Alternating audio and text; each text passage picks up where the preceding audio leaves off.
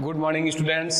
Class 7 से संबंधित एक नया टॉपिक है गणित के अंदर, मैथ्स के अंदर त्रिभुजों की सर्वांग क्षमता। इसके बारे में आज हम अध्ययन करेंगे। त्रिभुज के बारे में सभी कुछ सामान्य जानकारी होती है। हम सीखेंगे यहाँ पर सर्वांग क्षमता के बारे में। त्रिभुज किसे कहते हैं, कितने प्रकार के कोण होते हैं, भुजाएं कितनी होती है, सब चीज़ें अध्याय 6 के अंदर आ चुका है। हम इससे संबंधित सर्वांग क्षमता के बारे में पढ़ेंगे। सबसे पहला शब्द लिखा हुआ है सर्वांग सम। सर्वांग सम का मतलब होता है ऐसी दो आकृतियां एक ही आकार और एक ही माप की हो, उसे सर्वांग सम कहते हैं। कैसे? देखो इधर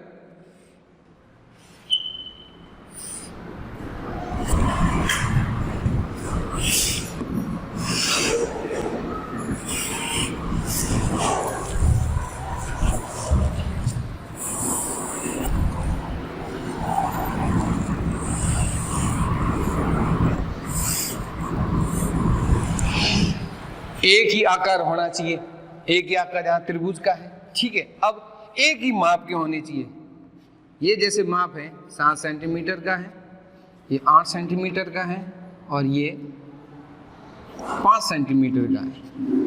P Q R इधर होगा A B C। ये 7 सेंटीमीटर का है, ये 8 है और ये 5 सेंटीमीटर। तब हम कहेंगे सर्वांग सम, मतलब दो आकृतियां होनी चाहिए, एक ही आकार की होनी चाहिए। सब लिखा हुआ एक ही आकार, एक ही आकार और एक ही माप के होने चाहिए। नाप भी एक जैसे होने चाहिए, अलग अलग नाप नहीं होने चाहिए।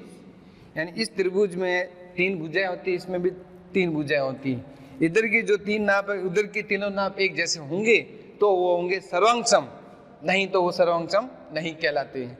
तो सर्वांग सम की परिभाषा बनती है ऐसी दो आकृतियां एक ही आकार हो, एक ही माप की हो, उसे सर्वांग सम कहते हैं। उसके बाद है सर्वांग क्षमता। इसी शब्द के आधार पर ही बना है सर्वांग क्षमता। इसका मतलब होता है ऐसी दो आकृतियों के सर्वांग सम होने के संबंध को, जब एक आकृति दूसरी आकृति को सर्वांग सम कर लेती है तो एक अच्छी तरह से संबंध बन जाता है। उसी शब्द को कहते हैं सर्वांग क्षमता। क्या बोलते हैं? सर्वांग क्षमता कहते हैं। ये कब होगा? दो आकृतियां एक जैसी हो, एक ही आकार और एक ही माप की हो, वो कहलाते हैं सर्वांग सम। जब दोनों का रिलेशन हो जाता है, दोनों एक आकृति दूसरी आकृति पर पूर्ण रूप से ढक ले, तब वो कहलाती है सर्वांग क्षमता। ये भी ध्यान रखें, दोनों आकृतियां हूबहू एक जैसी होनी चाहिए। सर्वांग क्षमता की आकृतियां एक जैसी होनी चाहिए या हूबहू एक ही हो तो वो कहलाएगी सर्वांग क्षमता। ये है त्रिभुजों की सर्वांग क्षमता के अंदर सर्वांग सम किसे कहते हैं और सर्वांग क्षमता किसे कहते हैं। अब उसके बाद अलग अलग तरीकों के द्वारा हम समझेंगे किन किनों में होता है, किस में नहीं होता है। तो सबसे पहला पॉइंट है हमारा तल आकृति। पहला पॉइंट है हमारा तल आकृति, उसके बारे में अध्ययन करेंगे। अब तल आकृति क्या होती है, इसमें ध्यान रखना है।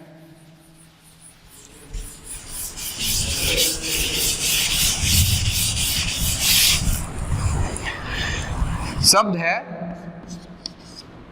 तल आकृति। इसका मतलब होता है एक ही जैसी आकृति होनी चाहिए। क्या है? एक जैसी आकृति, आकृति एक होनी चाहिए। अलग अलग हुई तो ये सर्वांग सम भी नहीं होगा। अब कैसे? जैसे आकृति आपने बनाई है,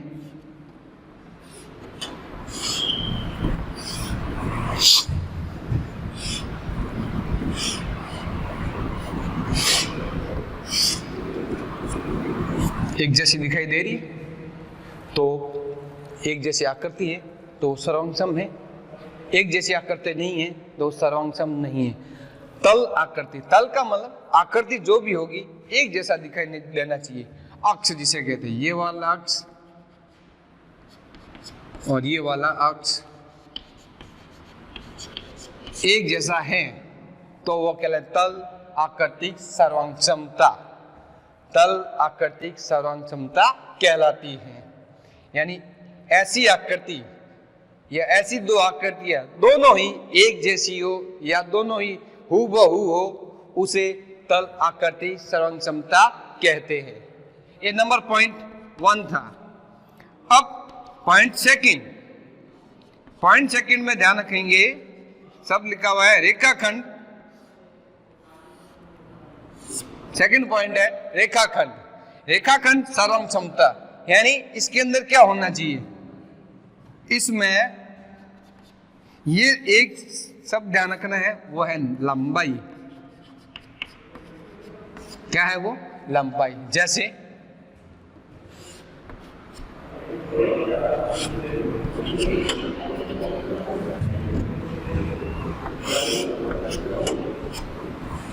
दोनों की लंबाई एक जैसी होनी चाहिए। ये हमारा काम होता है, स्केल के द्वारा हम नापेंगे। ये PQ है, ये AB है। PQ के द्वारा हम इस स्केल की सहायता से PQ पर रखते हुए नाप करेंगे। इसकी जैसे लंबाई आती है 6 सेंटीमीटर। इसी तरह से स्केल के द्वारा AB वाली रेखा है उसको नाप करते हैं तो ये आती है आपकी 6 सेंटीमीटर। तब हम कहेंगे रेखाखंड सर्वांग समता कहेंगे। क्या होना चाहिए शब्द? लंबाई। दोनों की लंबाई एक जैसी होनी चाहिए। किसी ने पूछा कि सर ऐसी आकृति होगी, ऐसा जरूरी है कि इस तरह से होगा? कोई जरूरी नहीं है, आकृति ऐसे भी बन सकती है। इसकी आकृति कैसे भी हो सकती है, लेकिन नाप एक जैसा होना चाहिए। XY PQ। सबसे पहला काम क्या करना है, स्केल के द्वारा इसको नापना है। नापते हैं, हम देखते हैं कि ये 5 सेंटीमीटर है। PQ को भी हम स्केल की सहायता से नापेंगे। नापने के बाद हम देखते हैं ये आता है 5 सेंटीमीटर। तब हम कहेंगे रेखाखंड सर्वांग समता है। इसमें क्या कहा है, तल आकृति में एक जैसी आकृति होनी चाहिए, अलग अलग भी नहीं होनी चाहिए। अलग कैसे? यदि किसी ने पूछा है, जैसे ये आपने बनाया है त्रिभुज का और ये आपने बनाया है चतुर्भुज का। किसका बना है? चतुर्भुज का। दोनों ही अलग हुई ना, तो ये तल आकृति सर्वांग सम नहीं है। और दोनों आकृति एक जैसी है तो कहेंगे हम तल आकृति सर्वांग सम में। इसी तरह से रेखाखंड के अंदर भी बात यही कही है। लंबाई मतलब दोनों दो रेखाखंड दिए हुए होंगे, दोनों की नाप एक जैसे है तो हम कहेंगे रेखाखंड सर्वांग सम है। यदि दोनों की नाप अलग अलग है, अलग अलग कैसे हैं, देखो इधर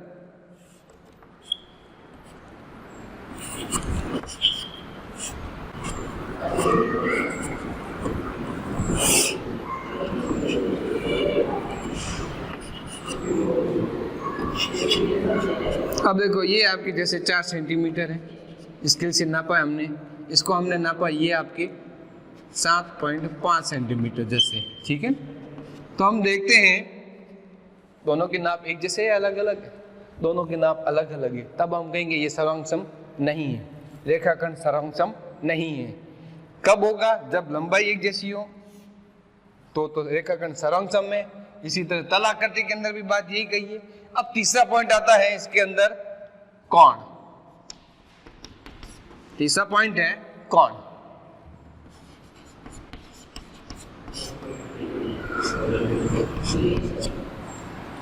कोण के अंदर ध्यान रखना, इसका माप, कोण का माप कहेंगे हम जिसे।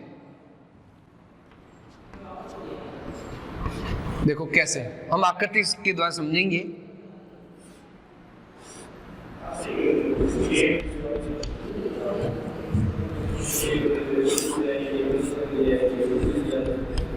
ध्यान रखो, इसके अंदर आपको ही ध्यान रखना है, इसकी भुजाएं नहीं देखनी है। यहाँ की ये भुजा, यहाँ की ये भुजा, हमें भुजा को नहीं देखना है यहाँ पर, ना ही ये वाली इसकी भुजा इस पर देखना है। केवल हमारा एक ही शब्द है, वो है कोण। कोण कैसे होने चाहिए? एक जैसे होने चाहिए, समान होने चाहिए, बराबर होने चाहिए। तब हम कहेंगे कोण सर्वांग समता। कोण सर्वांग सम है। यदि एक जैसे नहीं है, अलग अलग होते, तो हम कहेंगे सर्वांग सम नहीं है। कैसे? जैसे आपने चित्र के अंदर बना दिया इस तरह से, ये आपने बना दिया 60 डिग्री का, ठीक है। और एक और चित्र बनाया है जिसके अंदर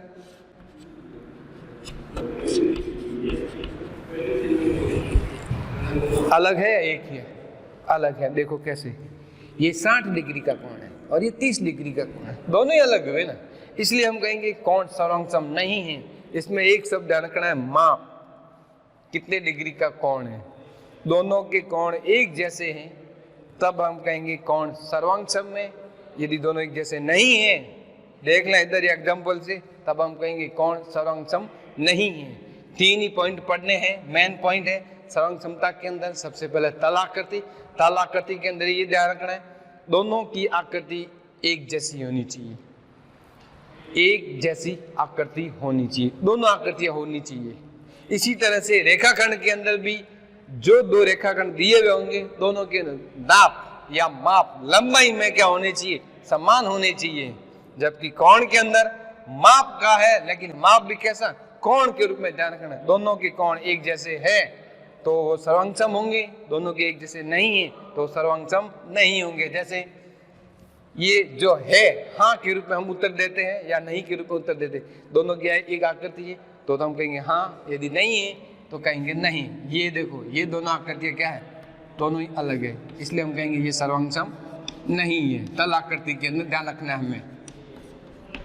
रिपीट कर रहा हूं मैं बात को, ध्यान से देखना, सर्वांग सम नहीं है। ओके। इसी तरह से रेखाखंड के अंदर भी देखो दोनों के नाप अलग अलग है, यहां पर भी हम लिखेंगे सर्वांग सम, सर्वांग सम नहीं है, सर्वांग सम नहीं है। और इसी तरह से कोण के अंदर भी हम देखते हैं दोनों के कोण अलग अलग हैं, तब हम कहेंगे सर्वांग सम नहीं है। ये अंतर करना आना चाहिए। दूसरा ये भी कह सकते हैं सही और गलत की पहचान के रूप में पता होना चाहिए। एक जैसी आकृति है तो तल आकृति सर्वांग सम में, एक जैसी नहीं है तो सर्वांग सम नहीं है। उसके बाद रेखाखंड के अंदर आते हैं, दोनों के लंबाई में माप एक जैसे हैं तो सर्वांग सम में, अलग अलग माप है तो सर्वांग सम नहीं है। उसके बाद देखो कि कोण, कोण के अंदर कोण का माप बराबर होना चाहिए, दोनों के कोण एक जैसे हैं तो सर्वांग सम में, और दोनों के कोण एक जैसे नहीं है तब हम कहेंगे सर्वांग सम नहीं है। ये सर्वांग समता के 3 पॉइंट थे, इसको ध्यान में रखना है। अब हम इसके बारे में थोड़ी और आगे जानकारी लेंगे। ध्यान रखोगे, नेक्स्ट पॉइंट है संगत भाग। एक पॉइंट है संगत भाग के बारे में जानकारी लेनी है। उसके बाद हम आएंगे, इससे संबंधित कुछ नियम हैं, उन नियमों को बाद में चर्चा करेंगे, अध्ययन करेंगे। उससे पहले आपको ध्यान रखना संगत भाग होते क्या है उसके बारे में।